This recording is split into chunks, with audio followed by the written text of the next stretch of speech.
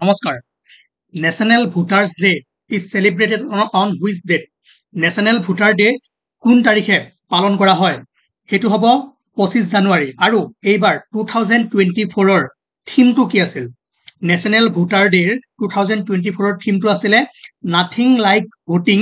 I vote for sure বহুত বেছি important কিয়নো এবাৰ ইলেকশন হৈ গৈছে হয় না ইলেকশন হৈ যোৱাৰ কাৰণে ইয়াৰ এনেকুৱা কোৱেশ্চন যিটো বস্তু হৈ গৈছে তাৰ পৰা বেছি কোৱেশ্চন দিব ওকে আমি এতিয়া কৰি আছো অনলি এডিআৰিৰ কাৰণে এটা এমসিকিউ সিৰিজ যেটো এডিআৰি ষ্টুডেন্ট খিনিৰ কাৰণে বহুত বেছি গুৰুত্বপূৰ্ণ কাৰণ জিকে আৰু সোশ্যাল ষ্টাডিজ ইয়াত কমপ্লিট আপোনাৰ থাকিব 1000 কৈ বেছি আমি এমসিকিউ কৰিম গতিকে এডিআৰিৰ কাৰণে বেছি টান কোৱেশ্চন সোৱাতকৈ এনেকুৱা কোৱেশ্চনবোৰ চালে বেছি সুবিধাজনক হয় কাৰণ এনেকুৱা কোৱেশ্চনবোৰ আপোনাৰ চকুৰ আগত থাকিব কিন্তু যদি ইনফৰমেশন নাজানে 1 মাৰ্কস যাব লগতে মাইনাসও যাব ঠিক আছে গতিকে ইয়াৰ এনসাৰটো হ'ব 25 জানুৱাৰী লগতে nothing like voting I vote for sure এটো হল 2024 ৰ থিম ঠিক আছে তাৰ পিছত এটা আপোনালোকে মন কৰিব ভোট দিয়াৰ পাছত আঙুলিত এটা এনেকে কালাৰ দিয়া হয় ঠিক আছে ব্ল্যাক কালাৰ দিয়া হয় আৰু এই যেটো ইংক দিয়া হয় ইংকটোত এটা কেমিক্যাল থাকে সেই কেমিক্যালটো কি এই কেমিক্যালটো হল সিলভাৰ নাইট্ৰেট মনত ৰাখিব এটো আহিব কোৱেশ্চনত আমি এটা কোৱেশ্চন কৰিছো কিন্তু ইয়াৰ লগত বহুতো বস্তু আমি লগাই গৈ আছো আৰু তাৰ কাৰণে মন দি কপি লব লিখি যাব ওকে নাও আপোনাক যদি খুধে যে এইবাৰ যি ইলেকশন হৈ গল লোকসভা ইলেকশন হৈ গল এটো কিমান নম্বৰ আছিল হেতু আছিল আপোনাৰ 18 নম্বৰ ঠিক আছে 18th লোকসভা ইলেকশন এটো মনত ৰাখিব হল ঠিক আছে ইয়াৰ লগত সংগতি ৰাখি আমি বহুত কিটা বস্তু শিকিলো আৰু আছে আমি লাহে লাহে গৈ থাকিম নাও next question which one of the following acids is predominantly found in tomato বিলাহীত কোনটো এসিড পোৱা যায় কোৰ পৰা আনিছো এনসিআৰটি পৰা আনিছো যেহেতু জিকে বুলি কৈছে জেনাৰেল নলেজত আপোনাৰ এনেকুৱা কোৱেশ্চন সুধিব ঠিক আছে গতিকে এই চাৰ্টখন চাওক কোনটো বস্তুত কি এসিড থাকে এইখিনি পঢ়িলে আপোনাৰ কাৰণে যথেষ্ট এই দুটা এলিমেন্ট যদি ভালকে চাই যায় ইয়াৰ ভিতৰতে কোৱেশ্চন আহিব পাৰে চাওক ভিনেগাৰত থাকে এসিটিক এসিড অৰেঞ্জ কমলাত কি থাকে কমলাত থাকে সাইট্ৰিক এসিড ঠিক আছে তাৰ পাছত টমেটো বিলাহীত কি থাকে অক্সালিক এসিড আমাৰ কোৱেশ্চনটো কি আছিল which one of the following acids is predominantly found in tomato কি হ'ব এনসাৰটো হ'ব অক্সালিক এসিড কিন্তু আপুনি এই গুটে কিটা বস্তু ভালদৰে মনত ৰাখিব লেমন নেমুত কি থাকে সাইট্ৰিক এসিড আৰু দৈত কি থাকে লেকটিক এসিড ঠিক আছে এন্ড স্টিং ইয়াত থাকে মিথানয়িক এসিড মানে কি যে পৰুৱাৰ খুঙত পৰুৱাই কামুৰিলে আমাক খজুৱাই নে নাই ঠিক আছে তাতে কি থাকে মিথানয়িক এসিড এই চাৰ্টত যিমানখিনি আছে মনত ৰাখি থব আৰু জিকেট এনেকুৱা কোৱেশ্চন আপুনি পাবই ঠিক আছে ওকে নাও নেক্সট কোৱেশ্চন ইম্পৰ্টেন্ট কোৱেশ্চন খিনি আমি কৰি আছো ওকে এটো which of the following is not a greenhouse gases তলত দিয়া কোনটো গ্ৰীনহাউস গেছ নহয় methane nitrous oxide argon carbon ডাই অক্সাইড এতিয়া গ্ৰীনহাউস গেছ কোনবোৰ হয় আপুনি চাওক ইয়াতে লিখা আছে মেইন যদি কয় আপোনাক মেজৰ গ্ৰীনহাউস গেছ তেনেহলে হ'ব আপোনাৰ কাৰ্বন ডাই অক্সাইড মিথেন ঠিক আছে নাইট্ৰাছ অক্সাইড সালফাৰ হেক্সাফ্লোৰাইড SF6 ঠিক আছে পাৰফ্লোৰোকাৰ্বনছ আৰু হাইড্ৰোফ্লোৰোকাৰ্বনছ এইখিনি হৈছে আপোনাৰ গ্ৰীনহাউস গেছেছ চাওক ধুনিয়াকে মই লিখি দিছো ইয়াতে আপোনাক ডায়াগ্ৰামটো দিছো যাতে সোনকালে মনত ৰাখে এইকেটা হৈছে গ্ৰীনহাউস গেছ ইয়াত কৈছে যে which of following is not a greenhouse gas তলৰ কোনটো গ্ৰীনহাউস গেছ নহয় কাৰ্বন ডাই অক্সাইড হয় নাইট্ৰাছ অক্সাইড হয় মিথেন হয় কোনটো নহয় আৰ্গন গ্ৰীনহাউস গেছ নহয় ঠিক আছে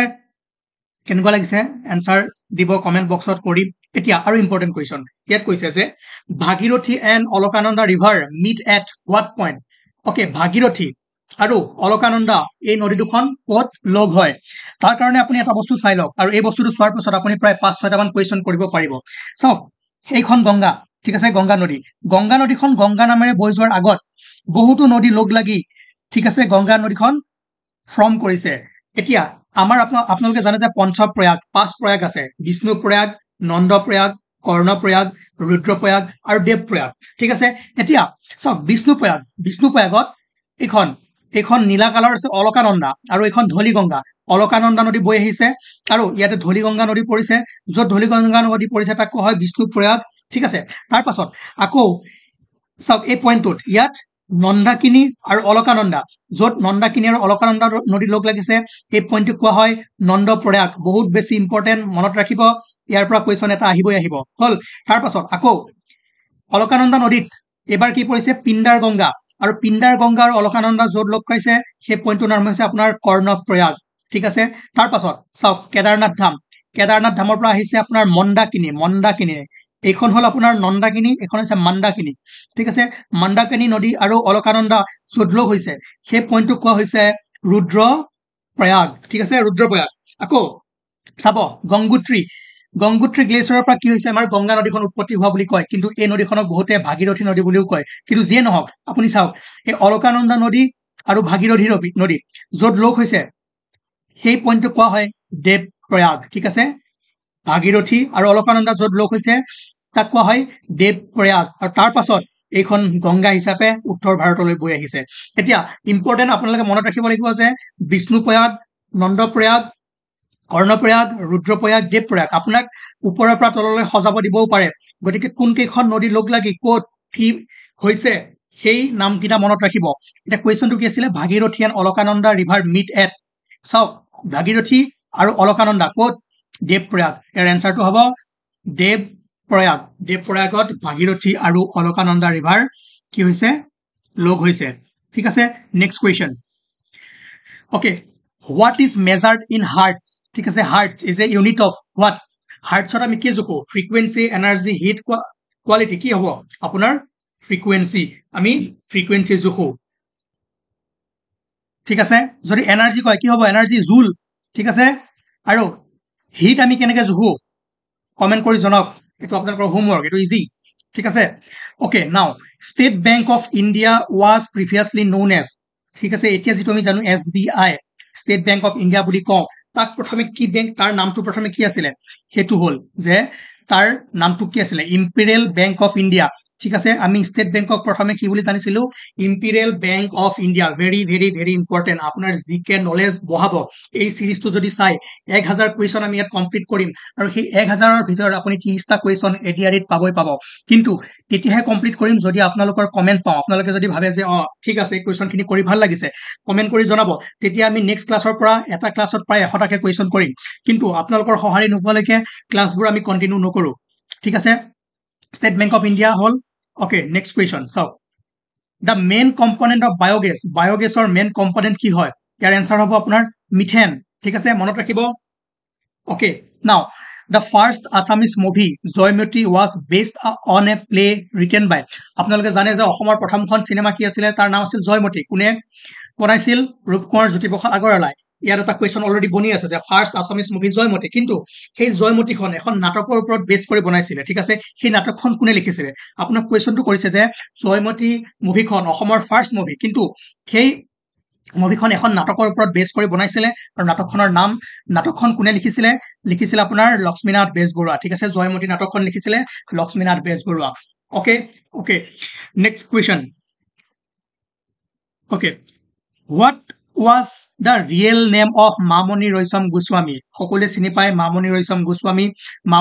Goswamiৰ আসল নামটো কি আছিল ঠিক আছে হ'ব আপোনাৰ ইন্দিৰা গোস্বামী মনত ৰাখিব Mamoni Roysam Goswamiৰ আসল নামটো আছিল ইন্দিৰা গোস্বামী আপোনালোকে কমেন্ট কৰি জনাওক যে Mamoni Roysam Goswami লিখা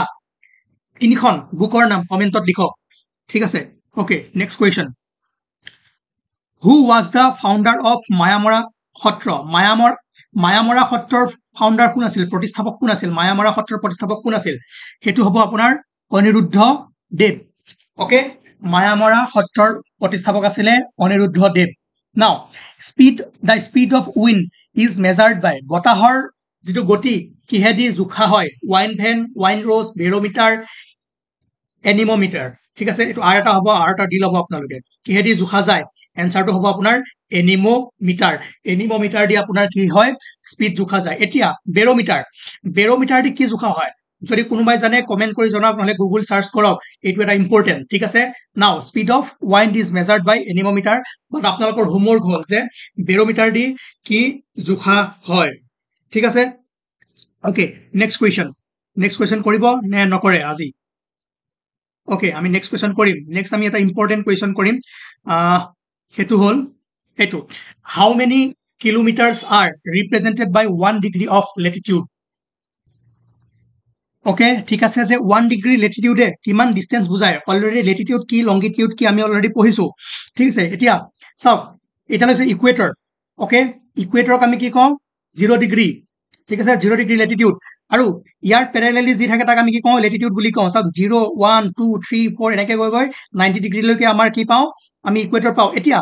1 ডিগ্ৰী ধৰক 0 ৰ পৰা 1 যাওঁতে বা 30 ৰ পৰা 31 ডিগ্ৰী ঠিক আছে 1 ডিগ্ৰী লেটিটিউড যাওঁতে কিমান কিলোমিটাৰ আমি মুভ কৰো ঠিক আছে 1 ডিগ্ৰী লেটিটিউডত কিমান কিলোমিটাৰ ইয়াৰ এনসাৰ হ'ব 111 কিলোমিটাৰ লেটিটিউড কি লংগিটিউড কি এইবোৰ জানিব মন গলে আপুনি মোৰ চেনেলতে ইউটিউব চেনেলতে পাব ঠিক আছে জিওগ্ৰাফি ক্লাস স্টাৰ্ট হ'ব আৰু য'ত হৈছে তাত মই অলৰেডি বুজাই থৈছো লেটিটিউড লংগিটিউড ওকে নাও next question Okay, which one of the following earthquake waves is more destructive? এতিয়া আপুনি জানিব লাগিব যে যেতিয়া এটা earthquake হয় প্ৰথমে চাই লওক ঠিক আছে যেতিয়া earthquake এটা হয় ভূমিকম্প হয় য'ত ভূমিকম্পটো সংঘটিত হয় মাটিৰ তলত তাক কি কোৱা হয় ফকাস বা হাইপোচেন্টাৰ ওকে ফকাস বা হাইপোচেন্টাৰ আৰু সেই ফকাস বা হাইপোচেন্টাৰৰ একেবাৰে ওপৰত চিধা চিধি ইয়াক কোৱা হয় ইপিচেন্টাৰ এটো খেলিমেলি নলগাব যে ইপিচেন্টাৰ কি আৰু হাইপোচেন্টাৰ বা ফকাস কি ফকাসটো কোৱা হয় যোনখিনি অৰিজিন পইণ্ট ঠিক আছে আমি যে কওঁ 40 কিলোমিটাৰ তলত 50 কিলোমিটাৰ তলত ভূমিকম্পটো অৰিজিনেট হৈছে ঠিক আছে যিখিনি জায়গাৰ পৰা অৰিজিনেট হৈছে তাক কোৱা হয় ফকাস আৰু সেই ফকাসৰ ঠিক একেবাৰে ওপৰত আমি কওঁ ক'ত হল নগাঁৱত ক'ত হৈছে তেজপুৰত ক'ত হৈছে গুৱাহাটীত ইপিচেন্টাৰটো হ'ব ওপৰত ওকে এই বস্তুটো খেলিমেলি নলগাব এতিয়া যেতিয়া আৰ্থকুইক হয় আৰ্থকুইকত বিভিন্ন প্ৰকাৰৰ ওয়েভ আহে প্ৰথমটো হল আপোনাৰ বডি ওয়েভ আৰু সেকেন্ড হয় সাৰফেস ওয়েভ ঠিক আছে বডি ওয়েভ দুই প্ৰকাৰৰ সেইটো হৈছে পি ওয়েভ আৰু এছ ওয়েভ প্ৰাইমাৰী ওয়েভ অৰ সেকেন্ডাৰী ওয়েভ লগতে সাৰফেস ওয়েভ দুই প্ৰকাৰৰ ৰেলি ওয়েভ আৰু লাভ ওয়েভ এতিয়া চাও যেতিয়া ভূমিকম্পটো হয় ভূমিকম্পটো হোৱাৰ লগে লগে প্ৰথমে কোনটো ওয়েভ আহে পি ওয়েভ আহে প্ৰাইমাৰী ওয়েভ আহে আৰু প্ৰাইমাৰী ওয়েভ আহোতে আমি একো গম নাপাও ঠিক আছে আমি কেতিয়া গম পাও যেতিয়া সারফেস ওয়েভ আহে সারফেস ওয়েভ যেতিয়া আহে তেতিয়া আমি গম পাও গোটেইবোৰ লৰি যায় আমি দৌৰা দৌৰি কৰো বাহিৰলৈ ওলাই যাও হয় নাই গতিকে প্ৰথমে আহে পি ওয়েভ তাৰপিছত আহে এছ ওয়েভ তাৰপিছত আহে সাৰফেস ওয়েভ এতিয়া কৈছে which one of the following earthquake waves is more destructive তেনেহলে আপোনাৰ হ'ব সাৰফেস ওয়েভ চাও ইয়াৰ বিষয়ে বিতংকৈ আমি পঢ়িম জানিম সাৰফেস ওয়েভ কি হয় পি ওয়েভ কি হয় তাৰ কাৰণে আমি ডিটেইল কোৰ্সত পঢ়িম ক'ত পাব ইউটিউবতে পাব ফ্ৰী অফ কষ্ট পাব চিন্তা কৰিব নালাগে কোনো এপ নাই মোৰ ওকে নাও এটো এতিয়া গম পাওক যে ফাৰ্স্ট আহে পি ওয়েভ আৰু সেকেন্ড আহে এছ ওয়েভ আৰু এটা ইম্পৰ্টেন্ট কথা যেটো এছ ওয়েভ সেই এছ ওয়েভটো অকল সলিডতহে পাস হয় মানে মাটিত পাস বা শিলত পাস হয় পানীৰে এছ ওয়েভ নাযায় ঠিক আছে আৰু সবতকৈ মোৰ ডিষ্ট্ৰাকটিভ কোনটো হেতু হ'ব আপোনাৰ সাৰফেস ওয়েভ কেনেকুৱা লাগিছে কৰি জনাব ওকে নেক্সট কোৱেশ্চন ওকে এটো বহুত ডাঙৰ টপিক এটো আপোনাৰ 10-15 মিনিট লাগিব ইয়াৰ পৰা বহুত কোৱেশ্চন বনিব ইন্টেৰিয়ৰ অফ আৰ্থ আমাৰ আৰ্থৰ ভিতৰত কি আছে কেনেকৈ সংগঠিত হৈছে এটো আমি নেক্সট ক্লাছত কৰিম যদিহে